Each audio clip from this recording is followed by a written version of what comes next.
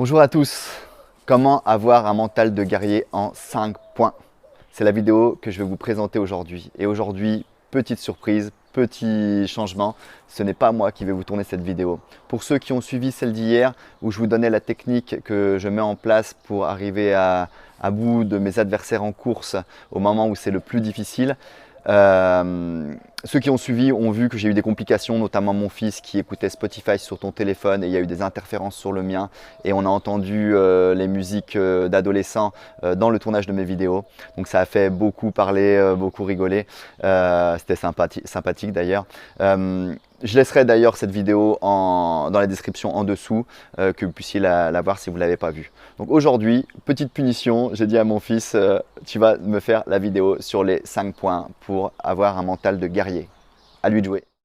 Se forger un mental de guerrier en 5 points. Bon, mon père il m'a dit que comme j'ai soi-disant écouté la musique hier pendant qu'ils étaient en train de vous tourner une vidéo, et ben comme punition, et ben il m'a dit de vous faire une vidéo. Voilà. Je vais vous expliquer les 5 points qui vont vous permettre de vous forger un mental de guerrier. Premier point, définir ses objectifs. C'est très important de définir ses objectifs avec de l'écart entre, il faut bien s'entraîner pour chaque objectif. Il faut avoir des courses de préparation et des courses objectifs. Le deuxième point important, ce sera la méditation. La méditation, c'est super important parce qu'il faut imaginer sa course.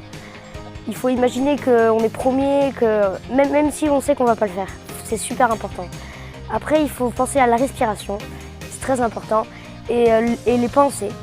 Moi, par exemple, j'imagine que je suis le premier de ma course et que je lève les bras et tout ça. Le troisième point, c'est les affirmations positives que vous allez vous répéter pendant la course. Il faut vous répéter que vous êtes fort, que c'est bien, que c'est super, ne faut pas avoir de regrets. Il faut toujours aller jusqu'au bout, c'est très important. Le quatrième point, c'est qu'il ne faut pas être à fond à l'entraînement. Il y a combien de personnes qui le mardi, le jeudi vont à la piste, vont à fond, et le dimanche vont faire leur compète et à la fin ils n'ont plus la mentalité, ils n'en peuvent plus. C'est très important de ne pas dépasser les limites de à fond. Après il y a certains entraînements où il faut aller très vite, où c'est dit par le coach, mais après sinon les autres, voilà. Le point suivant, ça va être le rituel gagnant d'avant-course. C'est très important d'avoir un rituel avant la course. Par exemple, moi je suis trop jeune, j'en ai pas trop encore. J'ai pas assez d'expérience, mais mon père, oui, lui, il se lève tôt le matin pour aller prendre une douche froide, je crois. Après, il déjeune pas, comme il fait plutôt à jeun ses courses, mais s'il déjeune, ça va être plutôt une orange ou des dattes. Après, moi, je déjeune que des fruits. Après, la veille de la course, il faut manger surtout des légumes, pas des pâtes, parce que ça sert à rien. Je sais, papa, il me le dit souvent. Aussi, il y a un échauffement dans le rituel, c'est super important. Monter de genoux, talons-fesses. Talons-fesses, c'est le plus important, comme ça échauffe le muscle qu'on n'échauffe pas quand on court. Je sais plus c'est lequel, mais j'ai appris ça en stage ligue. Du coup, c'est super important. Aussi, il faut la concentration. Avant l'effort, ça sert à rien de parler avec les autres. On parlera après la course. Il faut être dans sa bulle, bien se concentrer, tout ça, tout seul. Bien. Bon, maintenant, voilà, on a fini tous les points.